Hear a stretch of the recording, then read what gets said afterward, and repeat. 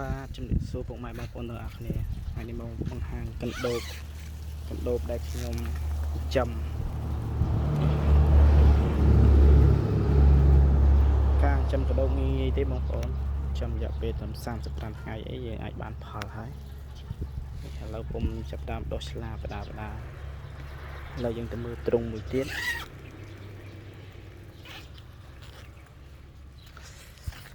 ទ្រុងទៀតនេះសិតពួកដុសស្លាបនេះយូរកាលវាអាចខ្ទង់ជា10ថ្ងៃទៀតចាប់ផ្ដើមចាប់ហើយ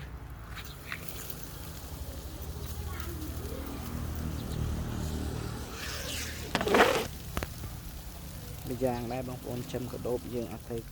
ចុះចំណាយអីប្រហែលទេដោយសារកដោបវាស៊ីតែឆ្មៅទេយើងរកស្មៅយើងរកស្លឹកឈើឲ្យវាស៊ីងាយណាស្រួលចំឲ្យស៊ីតែស្លឹកចេកស្លឹកទៅស្មៅដែលយើងច្រូតតាមទូស្អីក៏បានដែរបើយើងមានឆ្មៅសម្រាប់ដាំទៅតែល្អនេះស្លឹកសដែកដាក់ស្លឹកសដែកឲ្យស៊ីក៏ស៊ីដែរកដោប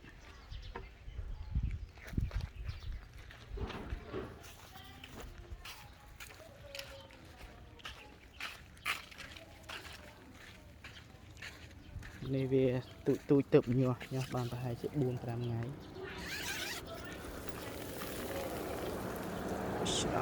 កប់នៅក្នុងឆ្មៅច្រើននេះវានៅទូអញ្ចឹងយើងមើលទៅអត់ទៅច្រើនបានទេដល់ពេលវាធំទៅបាន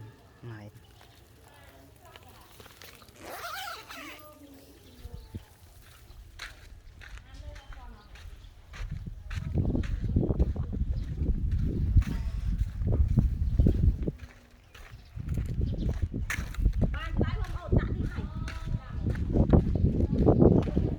នៅនេះទៀត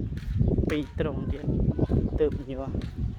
ហើយរៀបចំថាដាក់ទ្រុងកណ្ដាលមួយទៀតទ្រុងនេះរៀងធំបន្តិចនេះទើបញាស់ដែរបានប្រហែលជា 2-3 ថ្ងៃទេហើយនៅកប់ស្មៅហើយយើងដាក់ចំណីកូនមាន់ឲ្យវាស៊ីខ្លះទៅដើម្បីជួយបំពន់វាដោយសារវាទើបបង្កើតចាយើងត្រូវដាក់ដើម្បីឲ្យវាស៊ីទៅមានកម្លាំងពួកពេលខ្លះវាទើបបង្កើតនិយាយរួមទៅការជំនួយចំណីវាតិចដើម្បីឲ្យវាលះធំតិច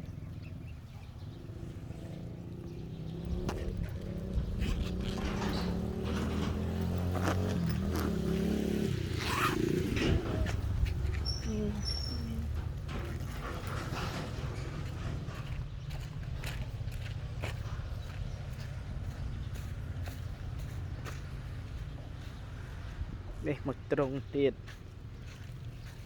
ទ្រុងនេះទើបញាស់ទេចាប់ដើមញាស់បដាញាស់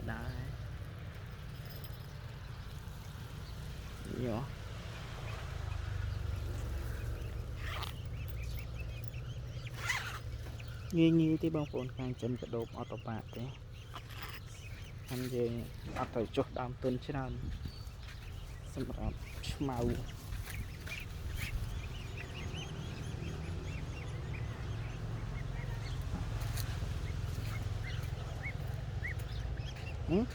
ជាប់អីណា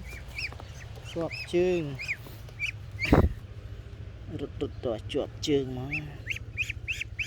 វ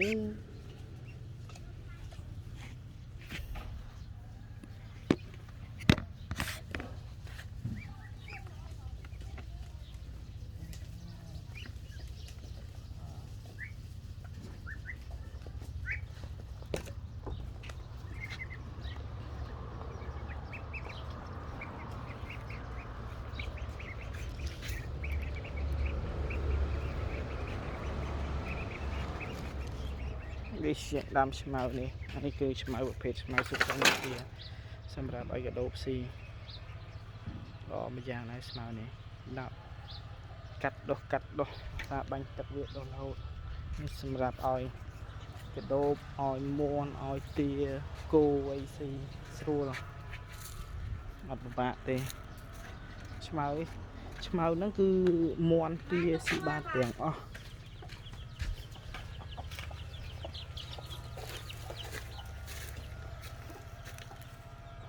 ឆ្មៅបងប្អូន ទាំងអំពៅទាំងអីសក់ចង់អស់ស្លឹក ជួយកដោបស៊ី